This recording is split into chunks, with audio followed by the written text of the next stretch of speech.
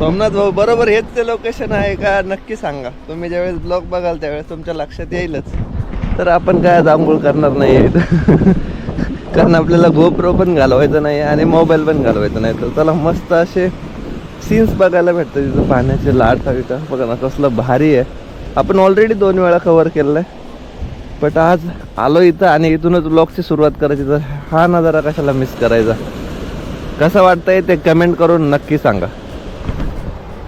तर राहिला आहे मित्रांनो अजून आपला 500 ते 550 किलोमीटरचा प्रवास कोचीनचा. आणि ह्या प्रवासामध्ये मित्रांनो आपल्याला आता पुढे उडपी लागेल, त्यानंतर मँगलोर लागेल आणि मँगलोरच्या नंतर आपला केरळचा प्रवास सुरू होईल. तर केरळमध्ये पण भरपूर साऱ्या गोष्टी बघण्यासारख्या आहेत. तिथे पण काही बीच आपल्याला रोड टच बघायला भेटतात. जर आपल्या रूटमध्ये 1-2 ठिकाणचे लोकेशन्स येतात की जे समुद्राच्या एकदम कडेने आहेत, तर ते झाले तर ते कॅप्चर करून घेऊ.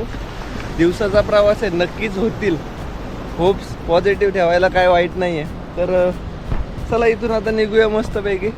आजच्या ब्लॉगची पण सुरुवात झाली आहे मस्त अशा छान अशा कर्नाटकमधल्या ह्या लोकेशनवरती.